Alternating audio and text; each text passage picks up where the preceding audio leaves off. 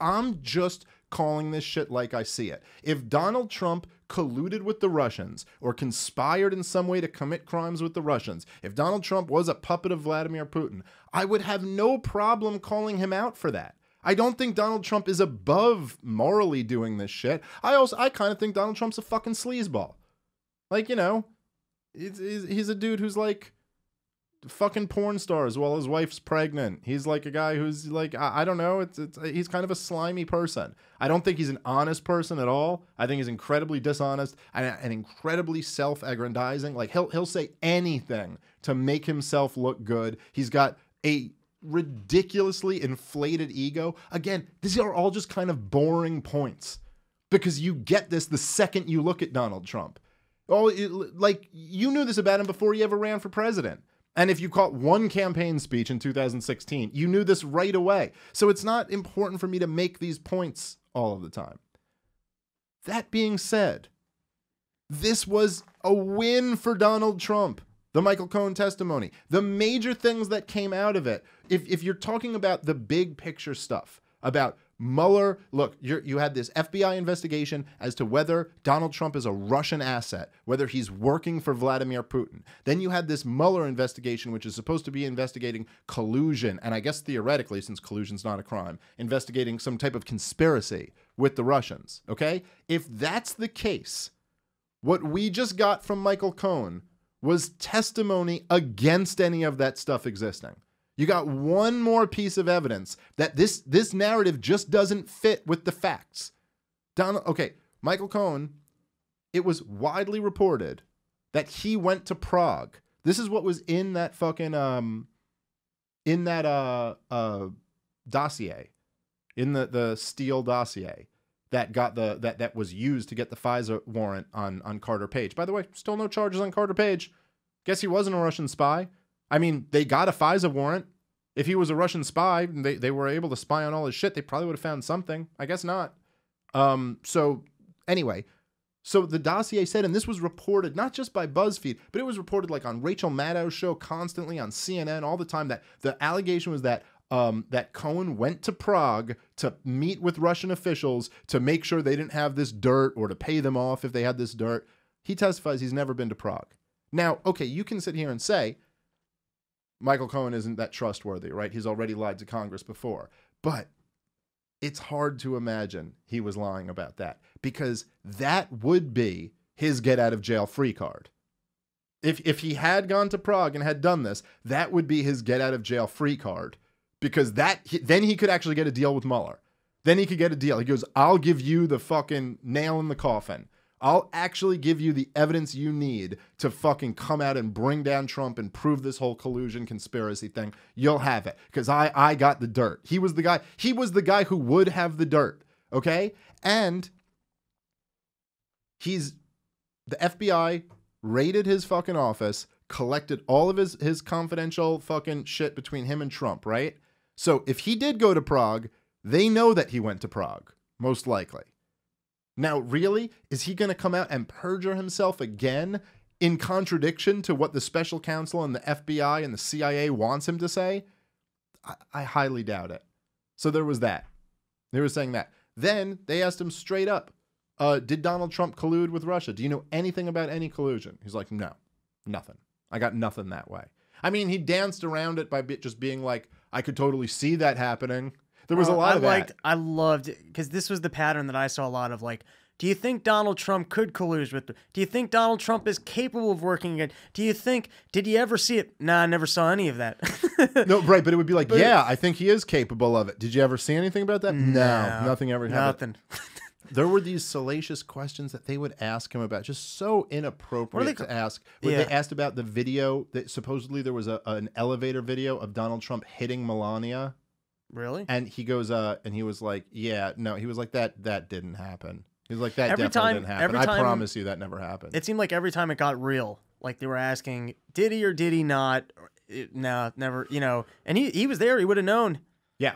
Even on like the WikiLeaks stuff, he goes, I know Roger Stone was calling in, but did you hear? No, I didn't hear the calls. Oh, the thing where he tried to get Donald Trump Jr. He's like, one time Donald Trump Jr. came in and in a low voice, he said, it's a go with the meeting. And I think he could have been talking about that Russia that meeting with Russia and Trump Circumstantial Tower. evidence. And you're like, yeah, that's nothing. That's not even circumstantial evidence. That's just nothing. It's just you speculating about what that could have been about. And by the way, even if Donald Trump knew about that, there's nothing illegal there. It would just be politically bad. I mean, look, there's already some stuff that's politically bad for Donald Trump. That's without a doubt, there will be in the final Mueller report some stuff that isn't politically great for Donald Trump. And one of the things that came out was that, look, Trump said, I believe at first, he denied the Stormy Daniels thing. Then he denied paying her off. And it's pretty clear that he did pay her off. But by the way, Rudy Giuliani already admitted that months and months and months ago. We already found that out.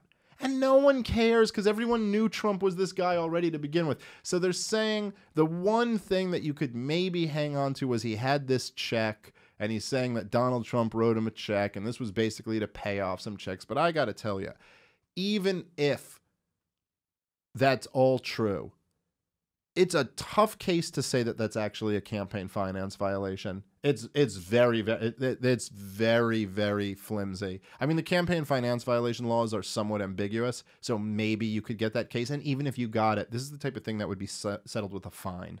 It's not like a big violation. It's like there's just nothing there. And when you're talking about like colluding with a foreign power, when what you end up getting is a minor campaign finance violation, I mean, come on. Like, what are we doing here? This is all just ridiculous.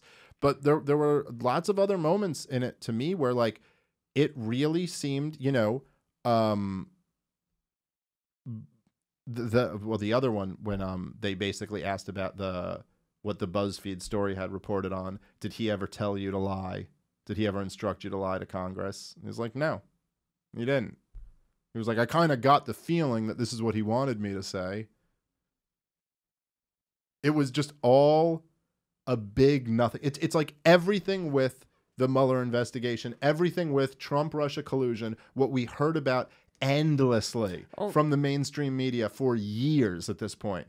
Every time it's time for the actual evidence to come out, there's a big nothing. Also, how slick is Trump, or the bullshit of it that, like, when the Russia Tower thing, the investment was still going on, even with his own lawyer, he would think the one person he would actually have the conversation with, he still never spoke directly to. That seems a little unlikely. Yes. Seems like you would have the one person would be your lawyer who behind closed doors are like, hey, we're still working on this thing. So either Trump is so slick that he's learned that he doesn't need to talk directly to these people, or that just wasn't happening. If there was any evidence of any of this stuff happening, Michael Cohen should have been the guy. Yeah. And I got to admit, like, even for me, who's been very skeptical of all of this stuff, when they first raided Michael Cohen's office, I was like, oh shit, well, if there's anything, I mean, they got a warrant or whatever to raid his thing. Usually they won't, like, just violate, you know, lawyer client confidentiality without some reason to go in. So, and if there's anything, I mean, I'm sure there's going to be a lot of shady shit just between Trump and his personal lawyer, his fixer. I don't know. I mean, I guess you could say it's possible that they got some things there and that Michael Cohen perjured himself again in front of Congress by denying it. But I mean, he's clearly trying to get his sentence reduced. So now he's going to go up, rat on his boss, and instead of trying to get his sentence reduced, he's going to lie again. He's going to try to get his sentence increased, basically, by lying again when he really did go to Prague, and they would know about it at this point. That to me seems way too far-fetched. It's like, you know, the most obvious answer that's right in front of you is that there's just no evidence of this because it wasn't real. Donald Trump was never involved in some conspiracy with the Russians.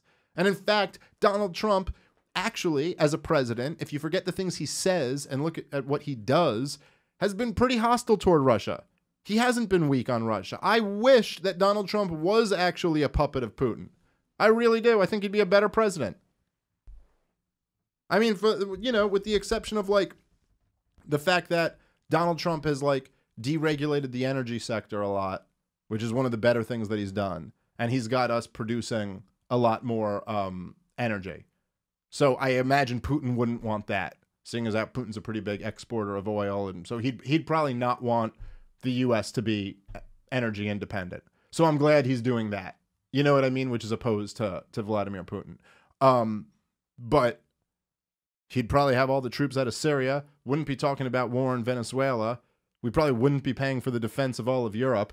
I mean, there'd be a lot of things that I would actually think would be a lot better if we did what Putin wanted. The truth is, if you really think about what Putin wants, let's say Putin really wants to destroy the United States of America, really wants to destroy our economy. What would he rather than the Green New Deal? That'd probably be the best policy for Vladimir Putin, right?